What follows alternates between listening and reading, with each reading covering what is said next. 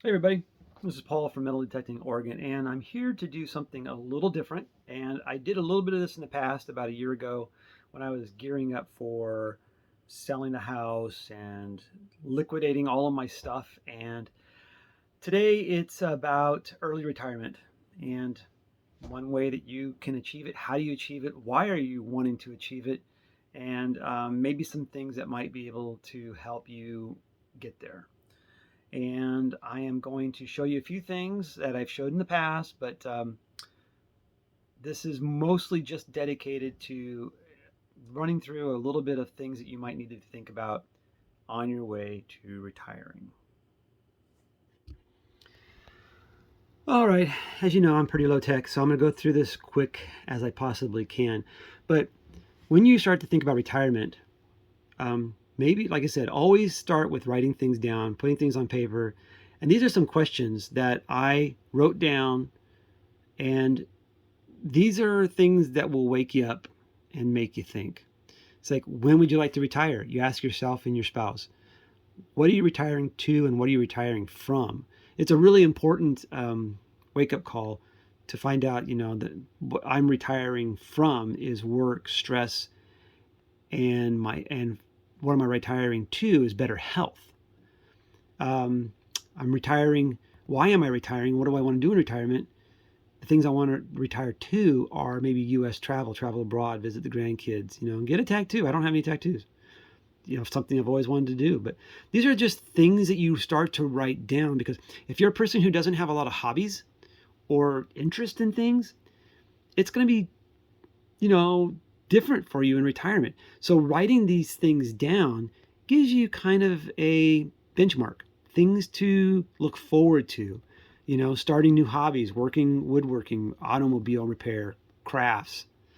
Um, how much money do you need to set aside for that above list?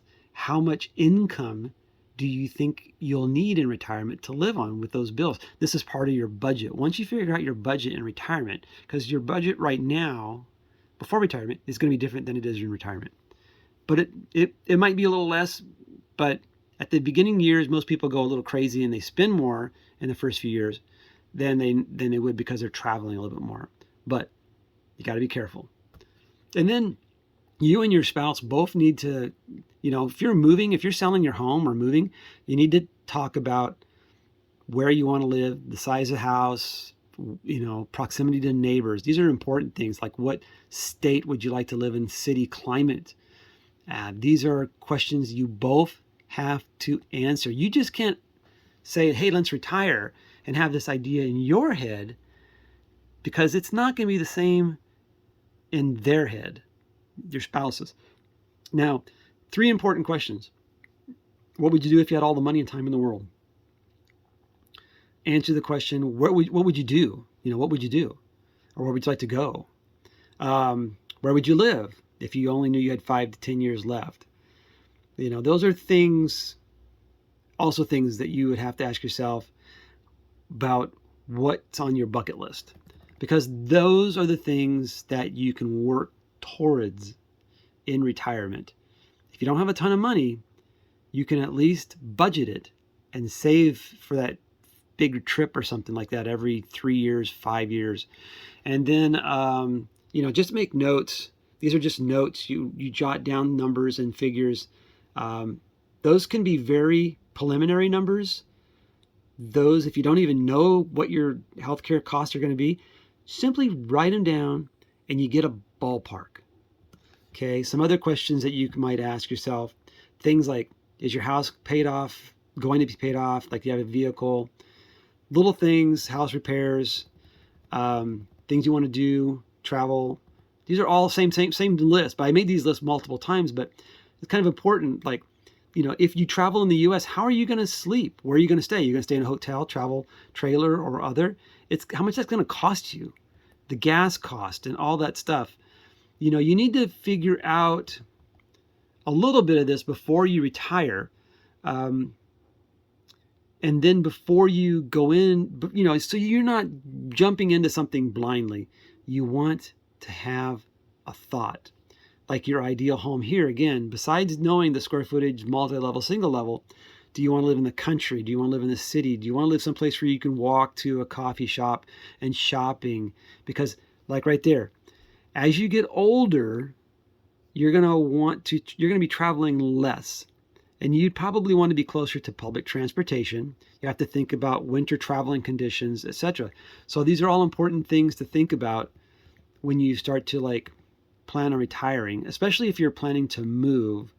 And like my wife and I sold everything, almost everything. We still have a bunch of smaller personal items, but we haven't repurchased.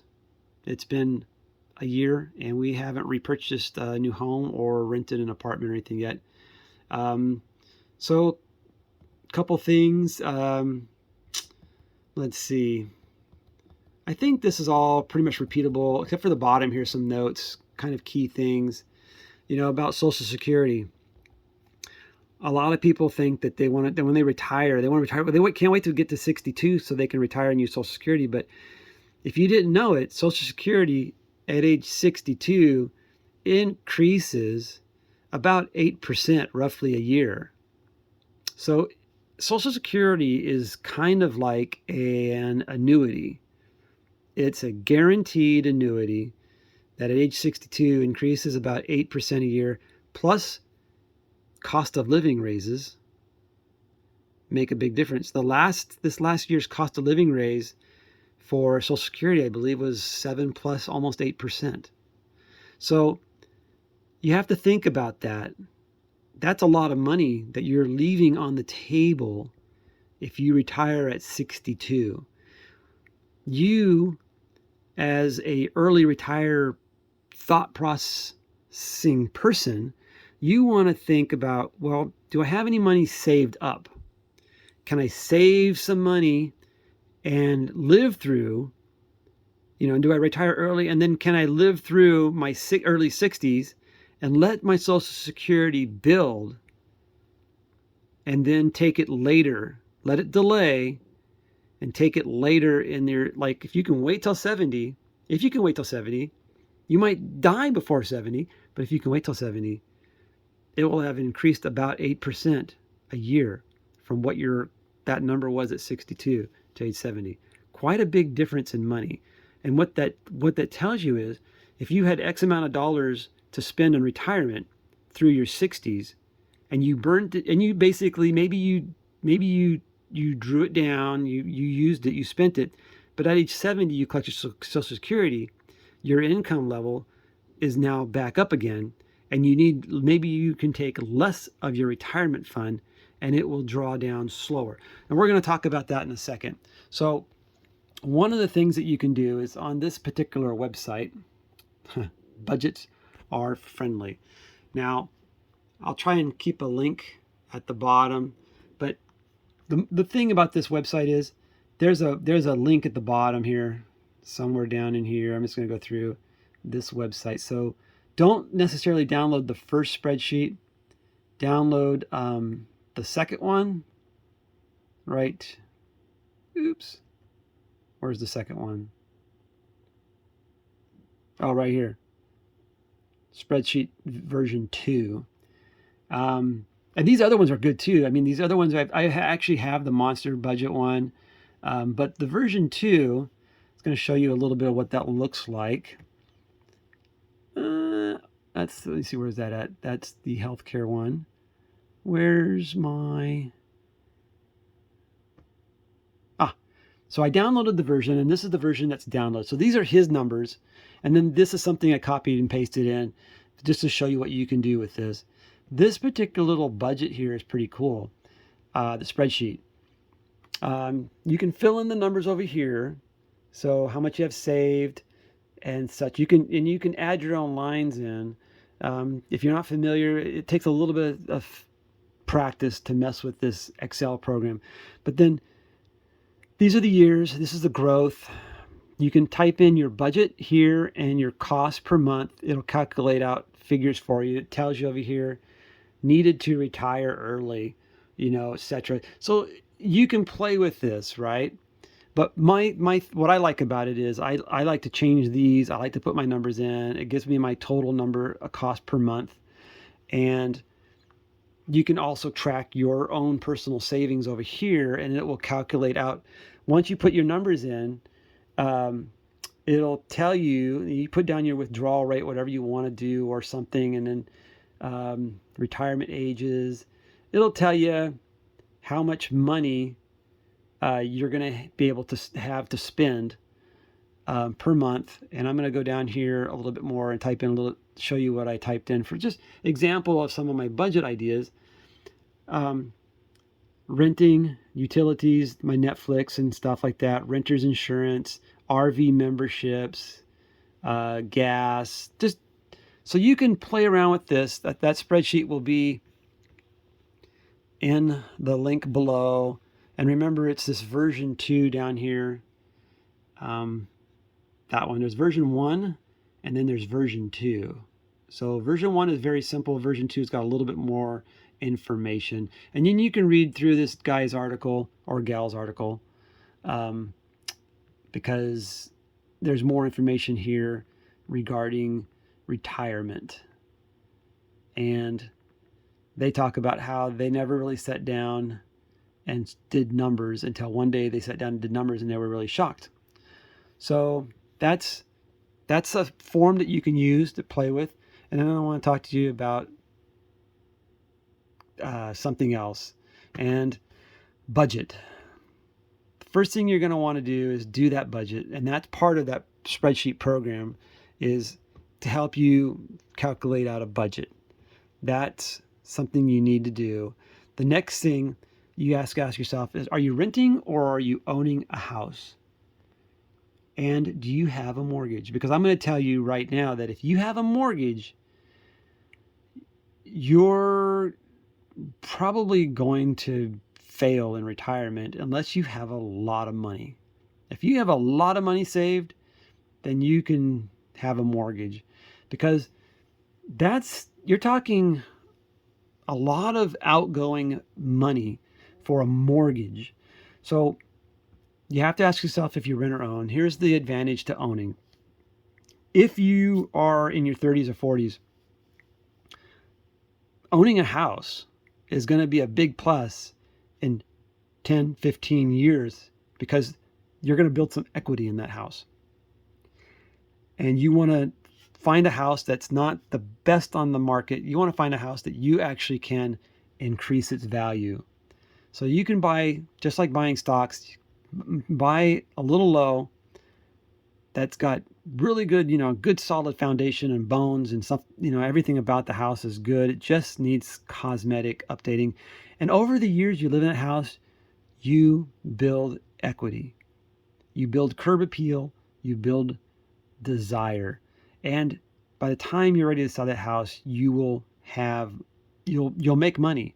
Now, if you're renting, it's kind of hard to do, because everything that you're throwing into rent, you could be throwing into a house and building equity. The trade-off is, with the house, you have maintenance, new roofs, paint, carpeting, flooring. You have all of that you have to buy. With something you're renting, you don't. So it's something you have to calculate out. But if you're not saving that money someplace, then it is just throwing your money away in rent. If you're calculating out, like if I were to live in a house and paying this much money versus renting something and paying this much money, but I'm renting something and I put a little bit of money away each month because that's what I would have to do with the house. I calculated out that I probably spent $10,000 a year on my house. Maintenance, overall maintenance, and things that I buy for the house, that counts for a new furnace and appliances and air conditioners, all of that. So you need to calculate everything out and figure out what's going to work best for you. But if you have a mortgage, or if you're paying rent going into retirement, that's a big expense that you need to calculate. The thing with the mortgage is that if you have a house, you sell the house. Now you have a lump sum of money to reinvest in another house. in retirement. So it's possible that you could buy another house and have it paid off free and clear. The only thing you have to calculate into that budget is property taxes and maintenance. So now, before I get to the calculator, I'm going to talk to you about Social Security really quick. Social Security, you need to go to ssa.gov. I'm just going to type that in right now, ssa.gov, and you need to create yourself an account. If you haven't done so already, create yourself an account, log in, and see what your Social Security is going to pay out at 62, at full retirement age, and delayed 70.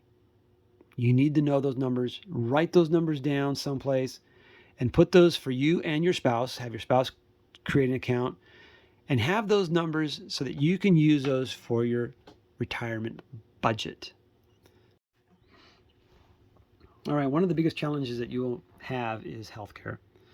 If you're retiring pre-65, you want to know how to get healthcare, and this is what I found to be the best choice and research. There are some others out there, but I'm just going to go through and talk about this.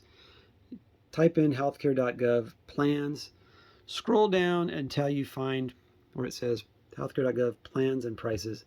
Type that in. I'm going to go through this really quickie with you. This is going to be this is how fast it is to do this. I'm going to do this with my one hand job there. I'm going to just go through these really quick. I'm doing this really quick, so I just want you to know how easy this is. I've done these so many times. Are you married? Yes. Do I have any kids?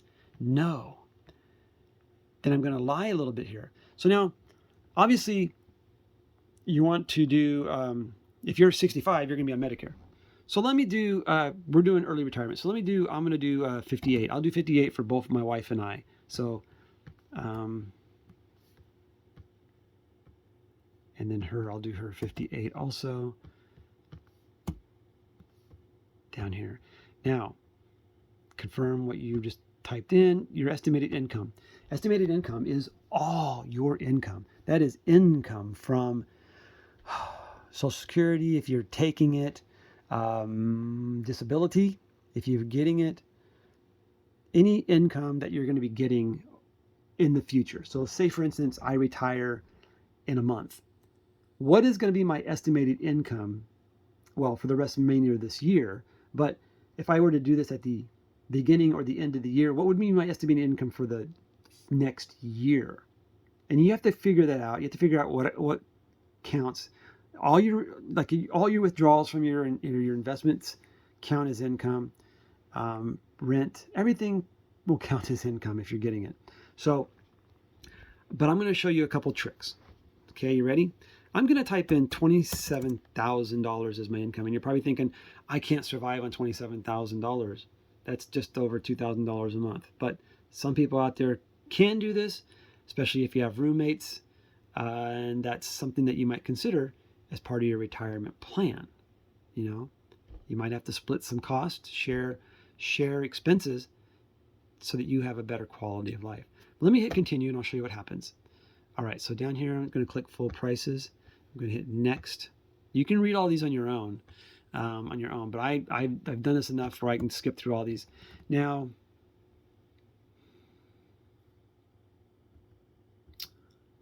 this is, let's go up here and sort these out.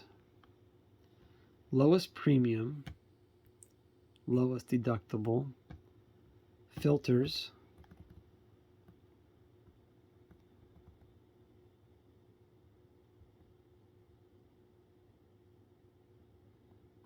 I'm going to do just the silver plans because silver plans typically have savings, and I'm going to apply the filters. Let's see. Okay, I ran into an error there, and there was a little confusion about what was going on there. I want to go back and show you something as far as your household income. Originally I put in $27,000, and I hit OK, and I didn't read one little thing. They won't be covered in his plans. Please review here. The reason is every year they adjust the income levels. The oh my gosh, what's it called? The poverty level.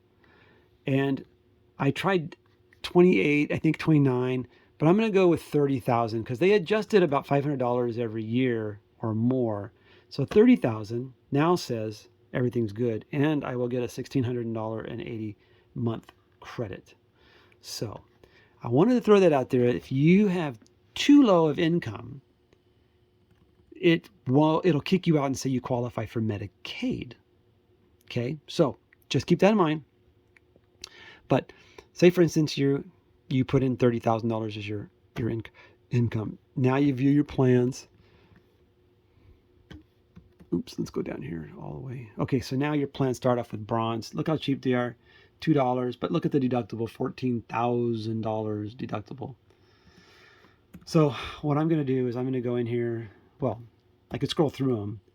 The deductibles aren't going to change a whole lot unless you get out of the bronze. So what I'm going to do is change the filter really quick. I'm going to go up here and choose silver because they have extra savings. So I'm going to choose silver, apply those filters, and there we go. So for $10 a month, I can have a healthcare plan for my wife and I. It's $10 a month. Deductible is $2,000 for families, $1,000 a person. Out-of-pocket expenses, $6,000. So you get to look through all of these, and they do change in price, and the deductible will change. So there it drops $50 a month for $1,300 deductible, and they go on. So you get lots of good choices, and these are reasonably priced according to what you want. My wife and I chose a PPO plan, so that because we're traveling across the country, they are a little bit more expensive to choose from. Not every state has a PPO plan. Not every state you can use the healthcare.gov. Some states like Washington and like Pennsylvania, they have their own healthcare marketplace. So you have to use their system, but it's pretty much the same, and it will pretty close give you the same results. It's just a little bit different steps to get there. I've actually gone through both. I've actually done South Dakota. I've done Connecticut, I've done Pennsylvania, I've done Washington, I think I've done Nevada. So I've done all these different states and gone through the healthcare system to see what their healthcare costs.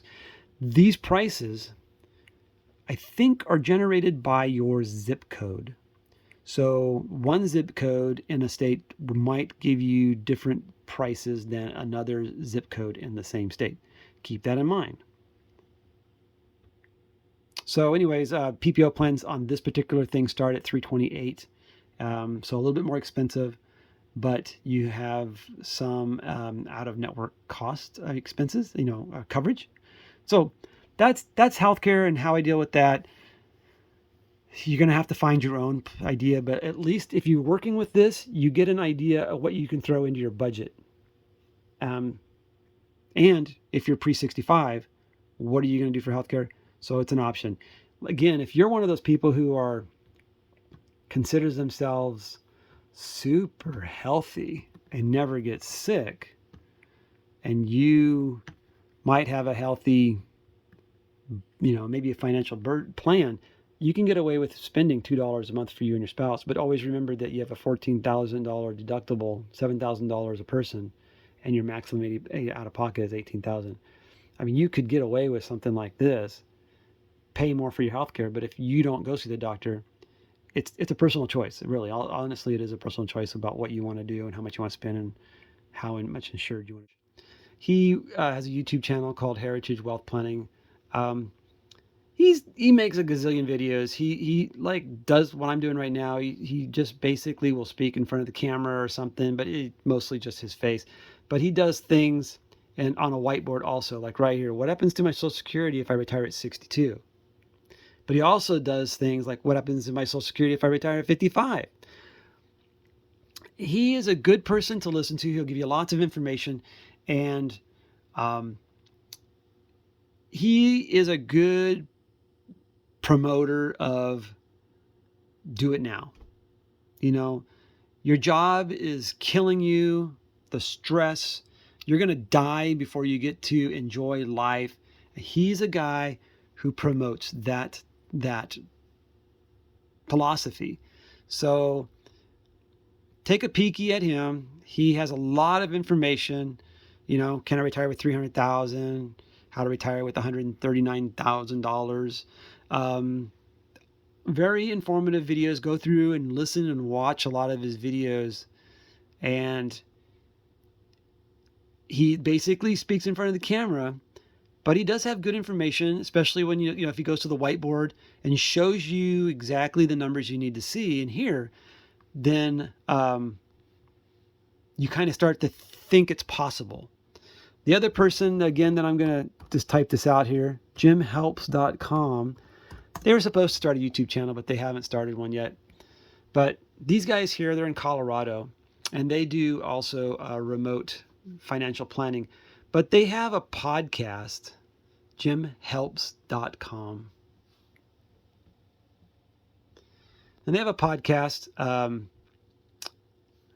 podcast, and the blog, and they are super, super, super informative. They answer questions, but you can find their library of podcasts on various, here's right here about their past shows. Click on their past shows. And there's a whole bunch right there, radio show archives, and there's a lot of them. There is a lot, and there's a little brief summary over here of things you want to know. This is the calculator I really like. I typed in my search, FNCalculator. First thing that comes up is financial calculators. I click it. It comes up like this on the website. Up here, Android, iPhone, other. I'm going to click Android. Then, this is kind of what it looks like on your phone. So one of the things I'm going to show you right down here, it tells you way down here at the bottom, retirement income analysis. And then I'm going to change this to how long my retirement fund will last. So if you have, let's say for instance, you have $200,000 in your retirement savings, but maybe your budget is pretty small. You have no other income, but maybe you can live on, let's just say $2,000 a month. And if you have your money invested in something like, say you have something in a savings account today, which are actually doing pretty good, but they're going to be variable rates, so they're going to go down. But let's just say that your return rate's only 3%. If you hit calculate, it'll tell you that your fund's going to only last you shy of 10 years. So if you're retiring, if you have $200,000 and you're retiring at age 62, you're going to be broke at age 70. But what if you had, what if you looked at your Social Security and your Social Security at age 70 was $2,800? So if you kind of see where I'm going with delaying your Social Security and how you need to calculate these things out for yourself. I'm not a financial planner. Don't take any advice from me. I'm here just to show you some tips. Always talk to a financial planner, your financial planner or a professional financial planner. Anything you hear on my little YouTube channel. So anyways, that's what I like to use here. You can calculate. If you calculate out, say you have $500,000 and you're taking out $3,000 a month, and your return rate, say your return rate, maybe your return rate, your average, you're a little aggressive, non-aggressive. I'll just say you're 4.5%. You calculate that out. It says your fund's going to last you 22 years. So you can play with this. This is really good information to play with and how you calculate out for how you can do your retirement plan yourself. But this isn't all you need alone. You need to cover all your bases. One of the things that's interesting too is a compound interest right here calculator. If you have X, Y, say for instance, you have money, like you're going to do a bucket type thing where you're going to have bucket 1 is the money you're going to live on. Bucket 2 is maybe long term. So maybe you have $150,000 and you don't want to touch that for say 10 years. So 10 years would be 120 months. And say you're going to invest it very risky. And I'm just going to say 8%. Even though today we're actually not making any money when this video is being made, but over the last 10 years, growth has been outstanding. But I'm going to say 8%. And you calculate that, it will tell you your initial, how much your interest will grow, and at maturity, how much it will be at the end of 10 years.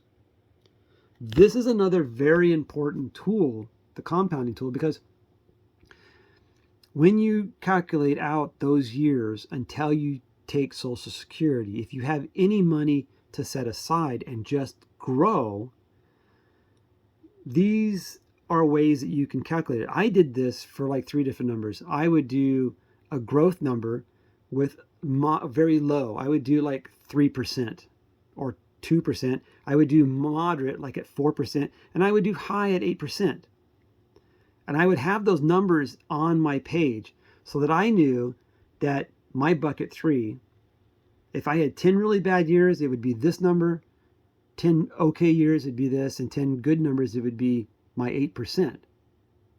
So I knew, or I know, what my outcomes were going to be at a certain time. And I can live accordingly and adjust my budget. So those are some tools I wanted to just throw out at you and how you use them. I use these on my phone, but this is also, you can use it on the internet just as well. Now,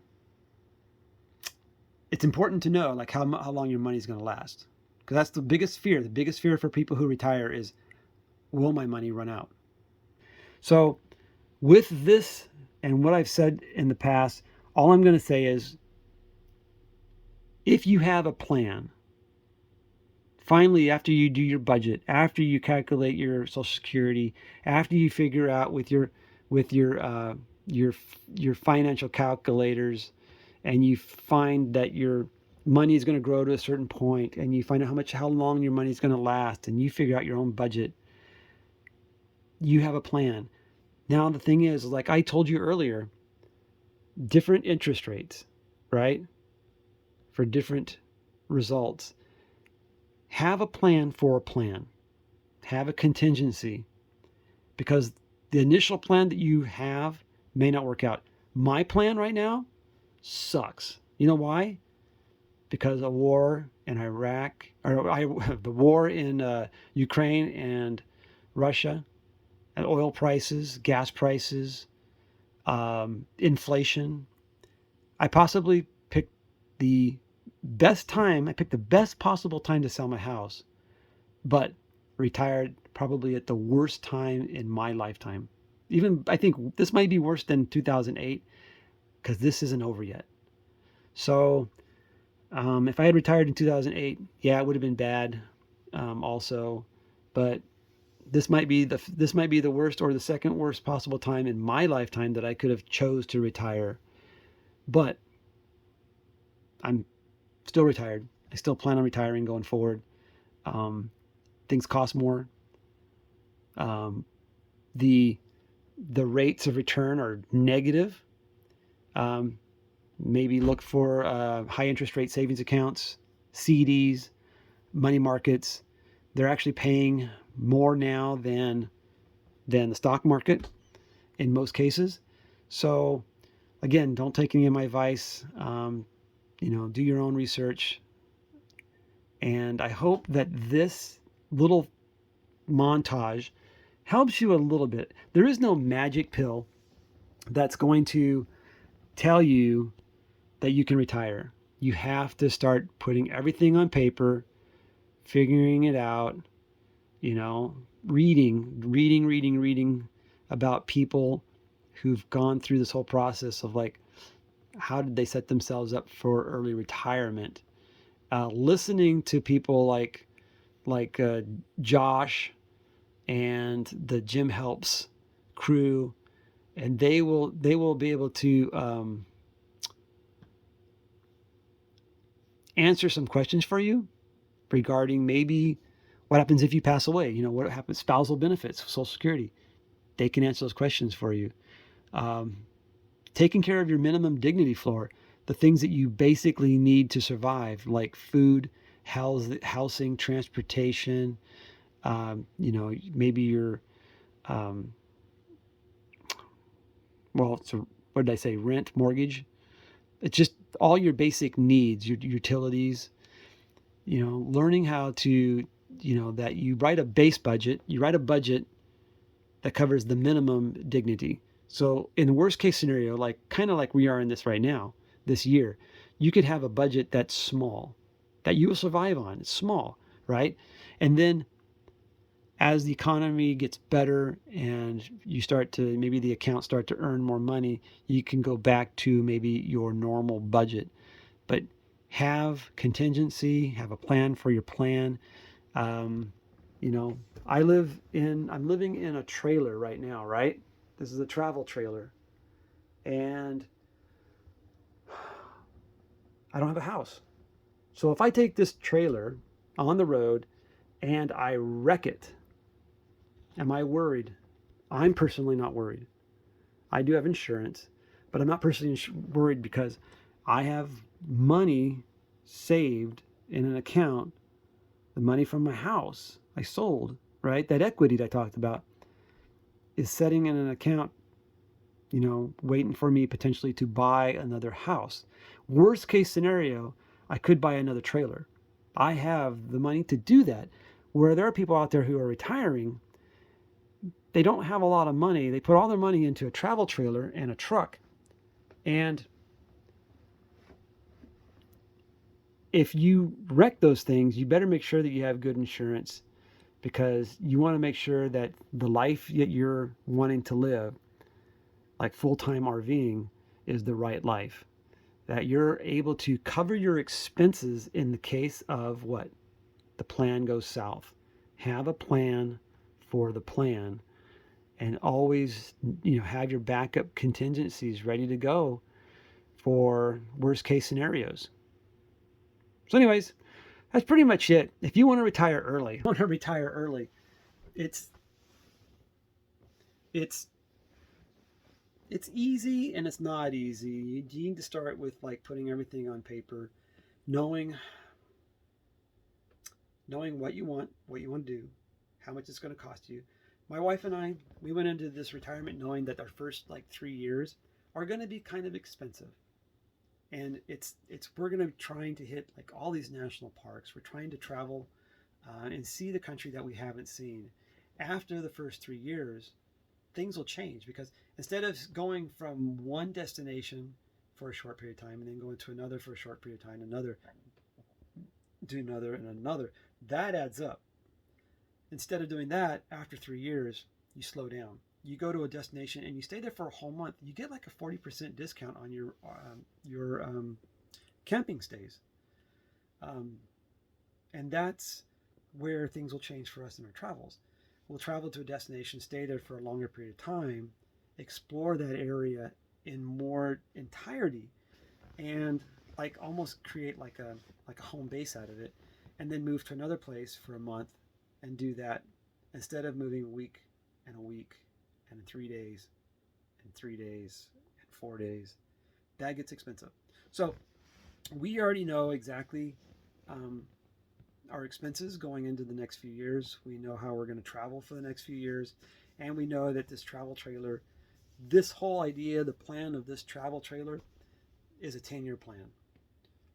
So I'm looking at being realistic. I know that there are people out there traveling in their 70s to 80s, and we might continue to do that. We might continue to do that in a different aspect. We might go from a travel trailer and truck to a smaller motorhome. We've already talked about that. So that's the important thing. Talking to your spouse about the what ifs and the plans. So you're on the same page. I mean, we can see ourselves moving that direction in the future, but not right now. So right now, this is life. This is our home. So that's retirement in a nutshell. No magic pill like losing fat. There ain't no magic pill. It does take a little work, a little thought process, and a little dedication. But there are a lot of people out there right now retiring on small amounts of money. But remember that your savings that you have, there's thought process that you can draw down your savings if you delay your Social Security, so that when you finally take your Social Security, your income then is at that level. One thing I didn't tell you was the healthcare. Having a low income. Okay, the trade-off. 2 years before you retire, it might be 2 to 3 years, probably 3 years, or even sooner, or even later. But before you retire, it might be good to start collecting a cash fund. Start saving cash. And what that will do is allow you to claim a smaller income on your health care and supplement it with your cash money. So that way you can get a bigger tax credit on your health care. And you get lower monthly premiums, you get lower deductible. It's just smart financing. It's what you need to do to make it work. If you don't have any cash savings and your monthly income, I'm sorry I didn't put it in there, I should have put it in there, but it gives you the opportunity to do it. If your budget, for your annual budget, say you're going to make, you need $45,000 or $50,000 to live, and if you've got a truck payment or a car payment or big payments, that's going to really hurt your retirement plan. So think about being debt-free, having no expenses at all. The only ones that you're going to have are your monthly utilities and your health care. And those are the things that will make your retirement much more successful. But if you have a $40,000 annual income and you put that into your health care, your prices are going to go up. So those $2 bronze prices will all of a sudden change a little bit more. Not too much more, but they'll change more. Your silver plans, instead of being $10, they might be $50 or $60 or $75. Prices go up, but your deductibles will also change dramatically too. Instead of being maybe $2,000, they might be $4,000. So play around with it. Think about saving cash years in advance if this is the route you're going. If you're planning on retiring early and you need to figure out healthcare, and you're planning on going with healthcare.gov, the Affordable Care Act, you might consider what I just said, maybe saving cash to supplement your income level. Withdraw a small amount. That's what you're going to claim on your taxes. It's that small amount, but have cash reserves to supplement your spending. It'll work. It is working. So good luck on your retirement. All right. Well, we're just tidying up and getting things ready to rock and roll on the road. And I thought I would throw this budget thing in here for you to look at. It's a hypothetical. It's just one of those things. This is very simple. This is very simple. Hypothetically, if you have a budget of $5,000 a month, everybody's different. You might be more, you might be less, but then all of the numbers change according to that is the key thing, right? Sorry, I got paint on me, painting some screws. But if you have $5,000 a month budget and you've saved zero, this looks horrible on camera,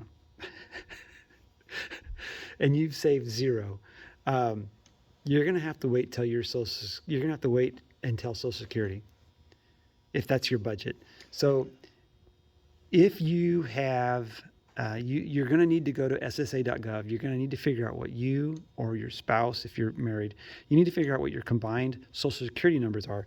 And you're going to need to figure those out for these years, all the way through. Basically, it's going to tell you you're 62, your full retirement, and it's going to tell you you're 70. So remember, this increases. If you take it at 62, you've lost 8 years at about almost 8% growth rate. So taking it early is not always the best choice, but it also makes a difference on your family history health too. If your family history health is poor and bad, it might benefit you to take early. But can you afford it? That's the whole thing for most people, right?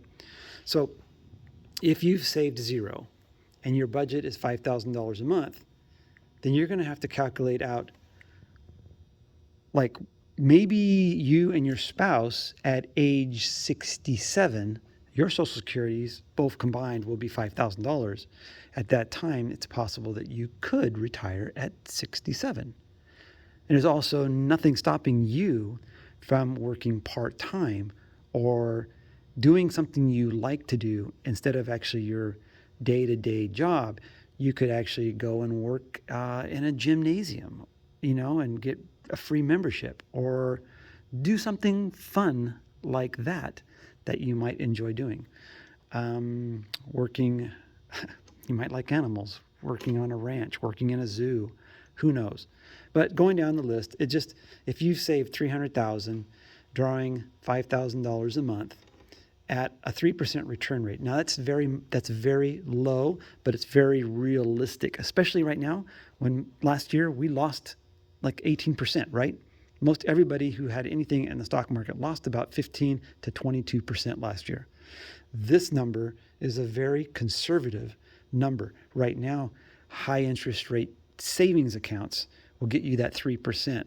So there are ways that you can get that 3%. You just have to look for them. High interest rate savings, CDs.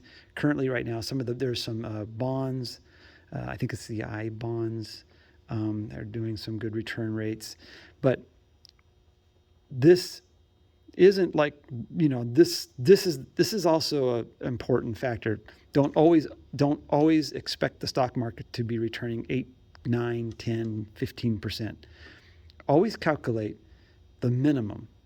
That way where, what you can base everything on. If you do the minimum and it goes up, then that there's a little bit more flex money in your future. So maybe you can actually, if you got 8% return versus 3% return, well, then maybe you have, instead of pulling $5,000 out a month, you might pull out 10 one month and go on a vacation. These are just things that not me, things you need to decide. I'm not a CPA, so the things I tell you here are just my opinion and my perspective on how you can retire early. So if you do take this number out and this is what you have saved, it will only last you 5.5 years, and you don't want to go broke, right? You don't want to go broke. Meaning that if you have, let's say at 67, your combined Social Securities add up to $5,000. Hypothetically, I'm just saying this, hypothetically, one could probably retire at what? 60, 63, maybe 63, 64.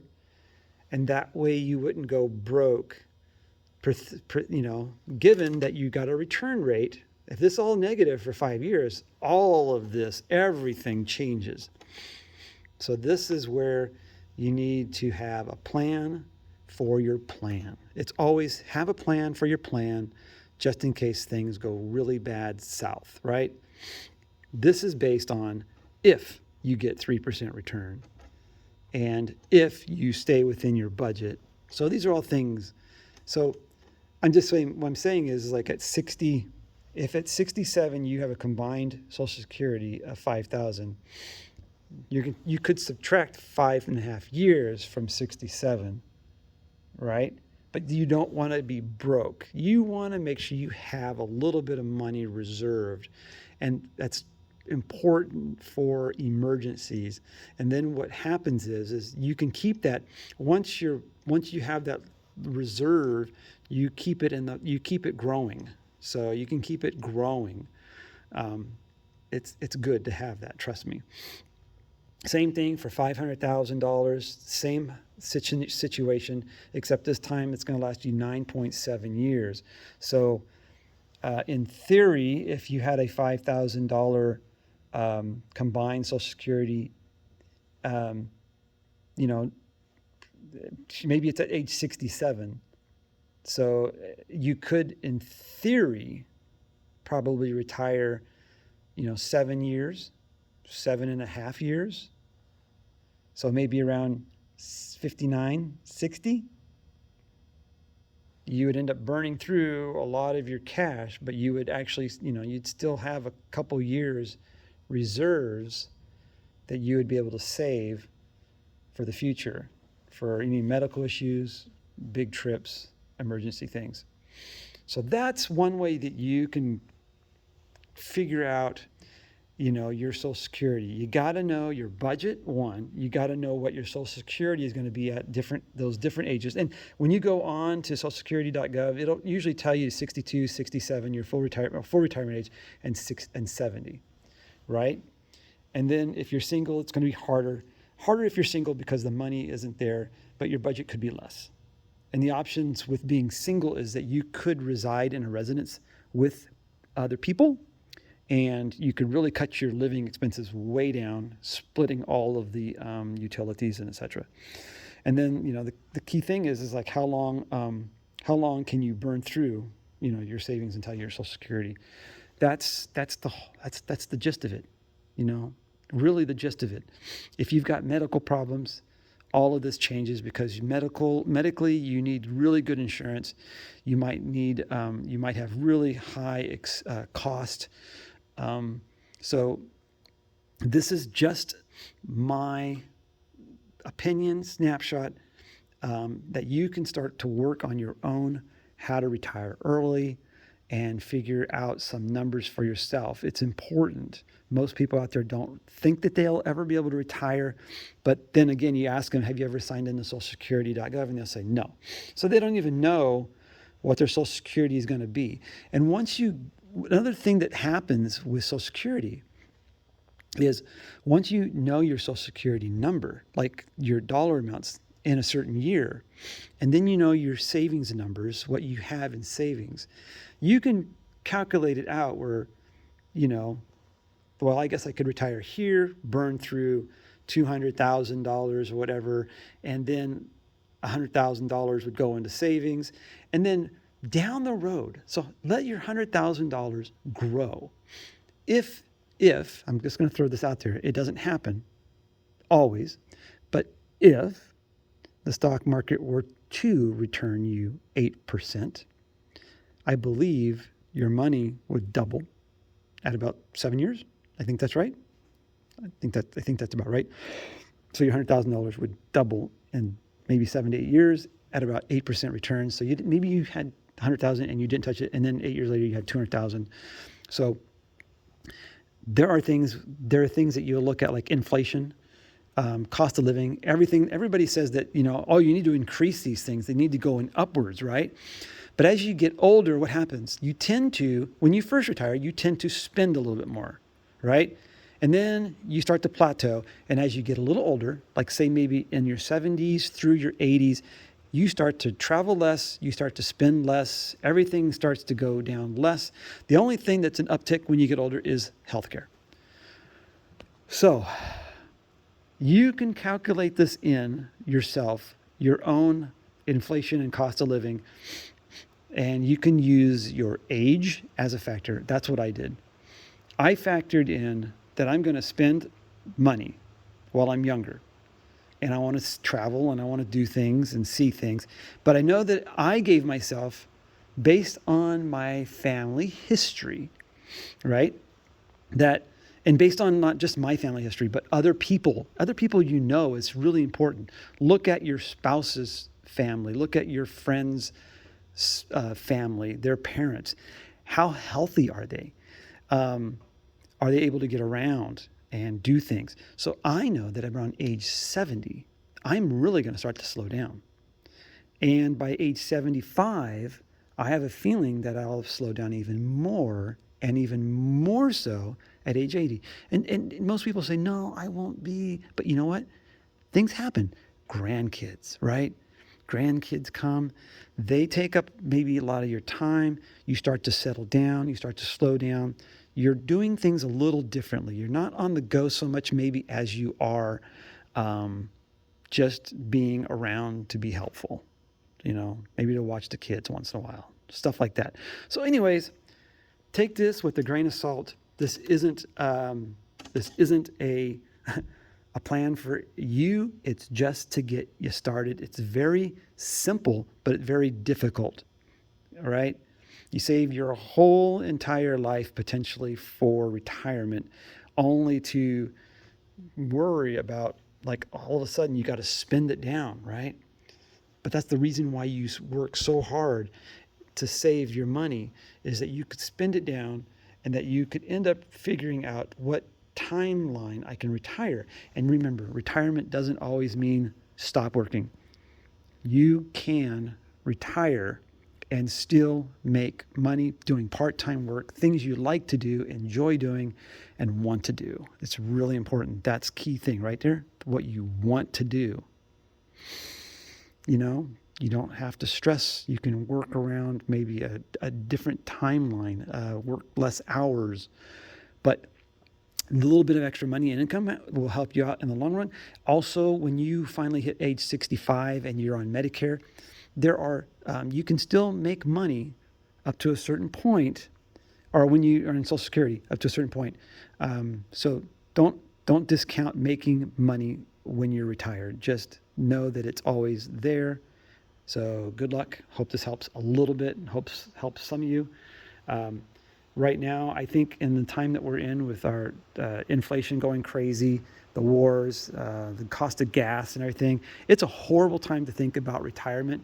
And I retired right as this was all happening in 2020. I did it at the end of 2021. My wife retired in 2022. Hey, right when everything was hitting the fan, right? Interest rates were going crazy, going on the rise. The gas prices going crazy, and the war started going crazy. So it was probably the second worst time in my life I possibly could have retired. 2008 would have been one, and now in 2022, I think was probably another bad time retirement. But hey, the professionals out there are saying that every time you have a recession, you usually get an uptick in the stock market. So I'm looking forward to it, and I hope it happens. And again, good luck to everybody out there who is potentially retiring early and thinking about it. Look for those CPAs and do your own research. All right. Thanks a lot, guys.